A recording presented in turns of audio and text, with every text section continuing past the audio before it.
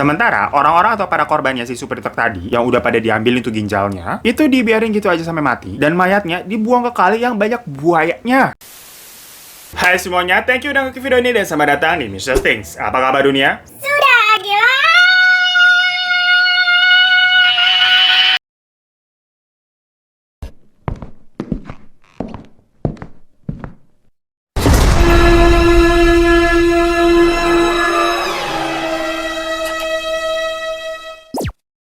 Hai gengs, kalian suka dapat panggilan telepon yang kayak spam gitu nggak sih? Dari nomor-nomor yang nggak dikenal? Atau yang lebih parahnya lagi, itu ada yang suka nelfon modus tipu-tipu. Kan sekarang banyak banget tuh ya. Nah, biar kalian nggak kena sama tipu-tipu model begituan, gue mau sharing aja nih. Ada aplikasi yang berguna banget, namanya Get Contact. Udah pada tahu belum? Ini aplikasi bisa kalian download mau di Play Store ataupun App Store. Nah, kalau kalian udah download nih, serunya dari aplikasi ini, kalian bisa tahu nih kira-kira orang-orang lain tuh nge-save nomor kalian dengan nama apa. Kalian tinggal lihat aja nih di bagian teks. Dan lihat tuh, kalian dinamainnya apa aja. Nih kalau gue ada Hiro Tada Divan, ada Radivan, apa nih Divan 3, Hiro Tada YouTuber, dan lain-lain juga. Tuh banyak ya. Untungnya aja nggak ada yang namain gue aneh-aneh tapi ya. Kan bisa ketahuan di sini jadinya. Tapi mohon maaf, kalau dia lihat lagi, kayaknya kagak ada pengen nyimpen namanya kayak My Love gitu. Atau Ayang, atau Bebek, atau apalah kayak orang pacaran. Ketahuan banget jomblonya kalau gini gue. Nah tapi, selain nyari nama kamu sendiri, kalian ini juga bisa ngepoin nih nomor-nomor telepon dari teman-teman kamu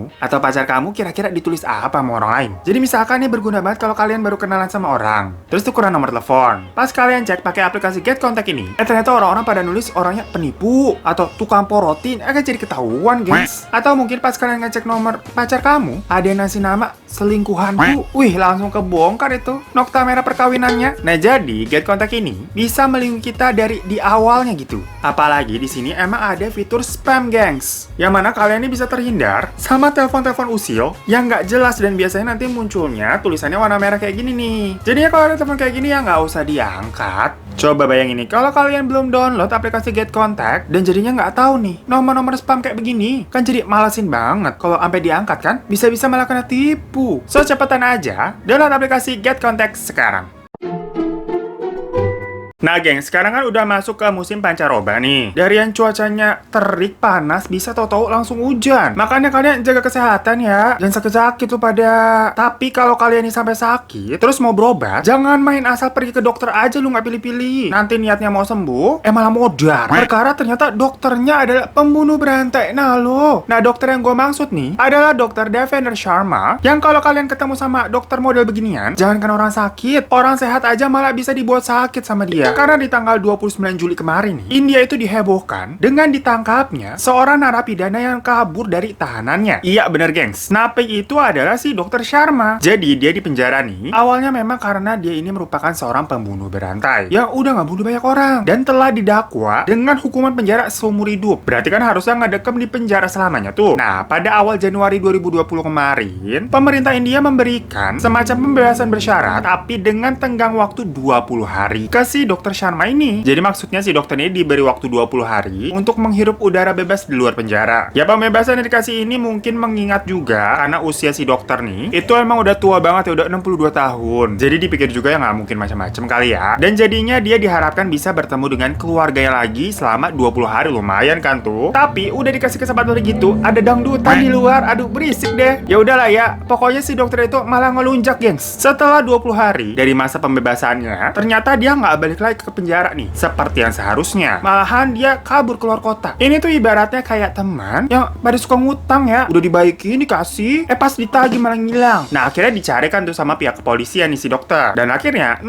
bulan setelah dia minggat dari penjara, pihak kepolisian ini berhasil menemukan dan meringkus si dokter, yang mana ternyata selama pelariannya dia kabur ke suatu daerah yang menurut dia orang-orang di situ tuh nggak tahu siapa dia sebenarnya. Jadi maksudnya nih orang-orang di wilayah barunya tuh nggak tahu kalau dia tuh buron, karena pada saat itu si dokter Sharma ini mengaku bekerja sebagai agen properti, jadi bukan sebagai dokter. Tapi yang namanya emang ini udah error ya orangnya ya. Masih sempet-sempetnya pula itu dia ngerayu janda buat dinikahin. Akhirnya dia tinggal bareng deh sama perempuan yang sudah menjanda itu. Nah, sewaktu tahu-tahu para polisi ini datang nih meringkus si dokter, geger lah itu satu daerah. Lah pada nanya ini kenapa dia ditangkap pak? Dari situlah baru kebongkar nih orang-orang pada tahu siapa sebenarnya dokter Sharma ini. Dirinya itu lulus dari sekolah kedokteran dan mengambil jurusan Traditional Indian Medicine. Setelah dia lulus dari kedokterannya, dia bekerja sebagai sebagai dokter di sebuah klinik di rumah sakit bernama Janta Hospital and Diagnostic di daerah Rajasthan, India. Nah, pas dia sudah bekerja selama kurang lebih 11 tahun di sana, akhirnya dia nih merasa mau mencoba usaha sampingan, gengs. Mulailah tuh dia membuka bisnis menjadi agen gas di tahun 1994. Sayangnya, bukannya untung malah buntung. Soalnya dia malah kena tipu-tipu sama rekan bisnisnya. Mungkin dia nih nggak terima atau gimana kali ya. Jadinya hal itu menginspirasi dirinya untuk berbuat kriminal. Dimana dia nih malah membuka agen palsu penjualan gas yang dia namakan dengan Bharat Petroleum pada tahun 1995. Jadi ini mungkin dia belajar dari pengalaman ya, karena dia kena ditipu nih. Pengalaman itu malah menjadikan dia tukang tipunya buat nipu orang lain. Ya emang sih kalau namanya pengalaman itu adalah guru yang paling berharga tuh kata orang-orang. Tapi kan nggak gitu juga ya Bapak ya. Dan kocaknya nih, dia malah kenalan dan bekerja sama dengan orang-orang atau rekan-rekan yang tadi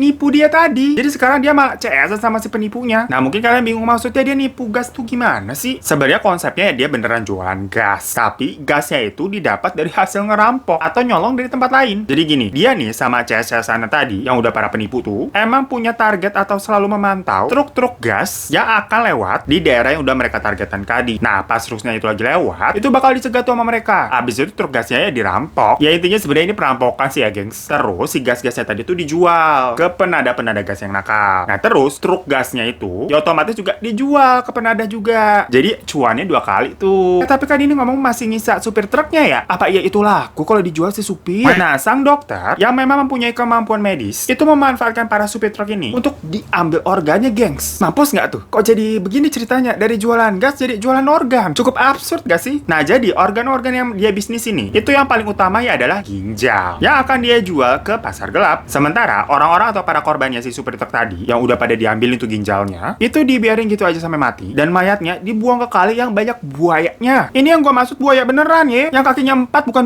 2. Ya para korbannya dibuang ke situ biar nanti kejahatannya itu kan tidak meninggalkan jejak. Ya karena udah pada dimakan buaya itu. Ngeri banget nggak?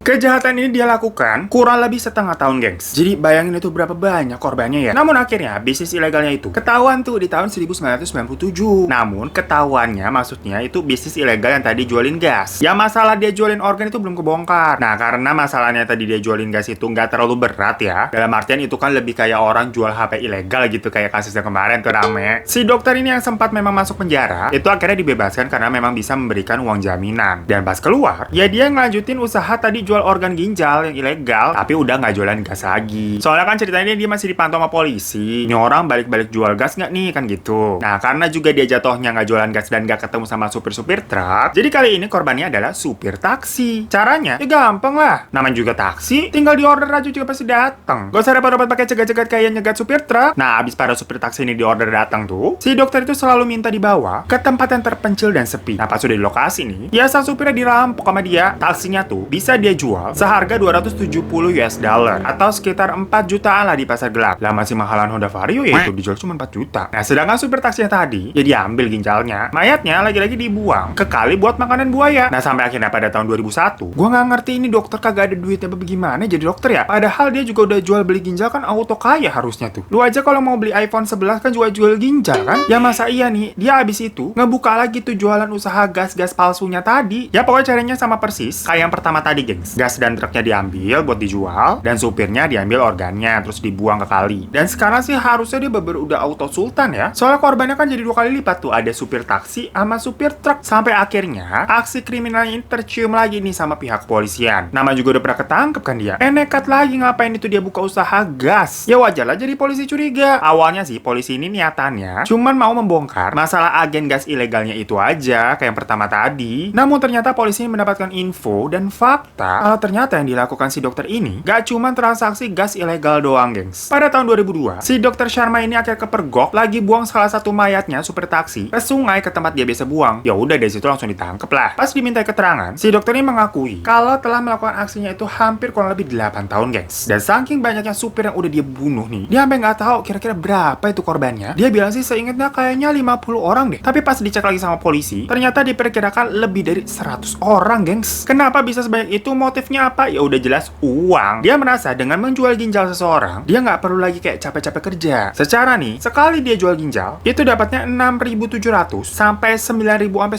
10.000 bisa US dollar. Atau itu kalau dirupiahin, bisa 90 sampai 140 jutaan lah. Itu harga waktu tahun 2002 loh. Lu bayangin harga tahun ini, naiknya ke berapa tuh? Nah makanya kan gue heran. Kok ya kayak dia nagih banget gitu, berkali-kali nggak kapok-kapok. Padahal kayak jual 10 ginjal orang aja. Terus duitnya di deposito juga udah makmur kali ya. Ya tapi juga namanya itu godaan setan kali ya, gengs. Dan waktu penangkapannya, Dr. Sharman ini sebenarnya kooperatif, di mana dia mengakui semua perbuatannya dan juga menjabarkan tindakan kriminal apa aja yang pernah dia lakukan. Proses pengadilannya sendiri itu berjalan selama kurang lebih 2 tahun, sampai akhirnya di tahun 2004 dia dijatuhi penjara seumur hidup. Setelah 16 tahun mendekam di penjara, akhirnya itu dia mendapat keringanan pembebasan bersyarat si 20 hari tadi, tapi kan disalahgunakan. Namun untungnya pas waktu dia ditangkap nih, dia nggak lagi ngebunuh siapa-siapa sih, udah nggak ada korban lagi, karena dia hanya semacam kayak kabur aja dan menjadi orang lain aja, jadi sosok agen properti kan tadi. Namun tetap aja orang-orang yang baru tahu tuh ternyata si dokter ini begitu dulunya ya pada gemeter. Nah kan, gue masih heran nih makannya sama si dokter. Yang mana ya nggak usah jual ginjal, kan jatuhnya dia dokter harusnya tetap tajir nggak sih? Padahal enak kan jadi dokter ya, udah dapet duit, dapet pahala pula, dunia akhirat itu dapetnya. Ya moga-moga aja kalian nggak ketemu ya sama dokter modelan begitu ya, ngeri.